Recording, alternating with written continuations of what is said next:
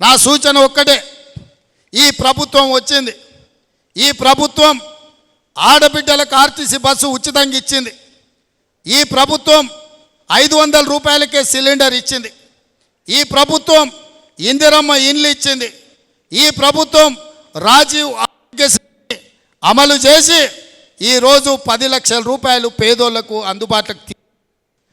ఈ ప్రభుత్వం 15 ఆగస్టు లోపల 2 లక్షల రూపాయల రైతు రుణమాఫీ చేస్తా అని చెప్పింది, చేసి తీర్థమని మా మంత్రివర్గం నిర్ణయం తీసుకున్నది. ఇన్ని మంచి పనులు చేసి ఈ ప్రభుత్వం 30,000 ఉద్యోగాలు ఇచ్చింది. ఇంకా గ్రూప్ 1, గ్రూప్ 2, గ్రూప్ 3 డిఎస్సి నోటిఫికేషన్లు ఇచ్చి పరీక్షలు పూర్తి చేసి ఈ సంవత్సరం ఆఖరి లోపల నిరుద్యోగ యువకులకు ఉద్యోగాలు ఇవ్వాలని కంకణం కట్టుకొని బయలుదేరింది. ఇన్ని పనులు ఈ ప్రభుత్వం సంవత్సరం తిరిగే లోపల చేస్తే కేసీఆర్కు బీఆర్ఎస్కు పుట్టగతులు ఉండవని కుట్రలు చేస్తుండ్రు. ఈ కుట్రలన్నిటిని కూడా గ్రామాన చెప్పాల్సిందిగా మిమ్మల్ని కోరుకుంటున్నా. ఇక వచ్చేటివి మీ ఎన్నికలు, మా ఎన్నికలు అయిపోయినాయి.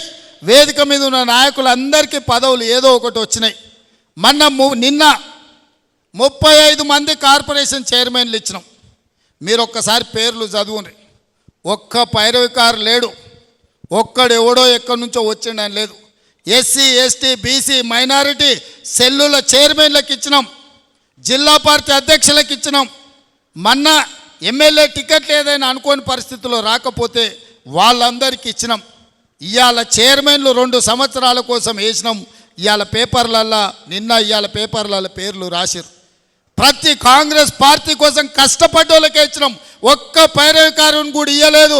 మొట్టమొదటిసారి కాంగ్రెస్ పార్టీ చరిత్రలో ఈనాడు రాహుల్ గాంధీ, సోనియా గాంధీ గారు, మల్లికార్జున్ ఖర్గే గారి నేతృత్వంలో నిజమైన కాంగ్రెస్ పార్టీ కార్యకర్తలకు న్యాయం జరిగింది. రేపు కూడా మీకు నామినేటెడ్ పదవులు కానీ, సర్పంచులు కానీ, ఎంపీటీసీలు కానీ, ఎంపీపీలు కానీ, జడ్పీటీసీలు కానీ ఏ పదవైనా కష్టపడ్డ కాంగ్రెస్ పార్టీ కార్యకర్తలకు ఇప్పించే బాధ్యత నాది. మీకు అండగా నిలబడతా.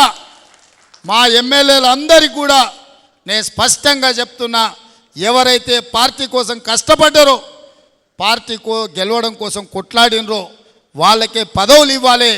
ఇవాళ కార్యకర్తలు అక్కడ ఉంటేనే మనం ఇక్కడ ఉంటాం. వాళ్ళే అక్కడ లేకపోతే మనకి ఈ వేదిక ఉండదు, ఈ కుర్చీ కూడా ఉండదు అని చెప్పి మా ఎమ్మెల్యేలందరికీ నేను చెప్పదలుచుకున్నా. వాళ్ళు బలంగా ఉన్నప్పుడే, గ్రామాలలో వాళ్ళ గౌరవం ఉన్నప్పుడే మనం గ్రామానికి వెళ్తే మనకి ఇంత ఇజ్జత్ ఉంటుంది. ఊర్లో మనోనికి ఇజ్జతే లేకపోతే ఊర్లో ఏడికి పోతాం మనం? ఊర్లోకి పోతే సాయిచ్చేటోడు కూడా దొరకడు.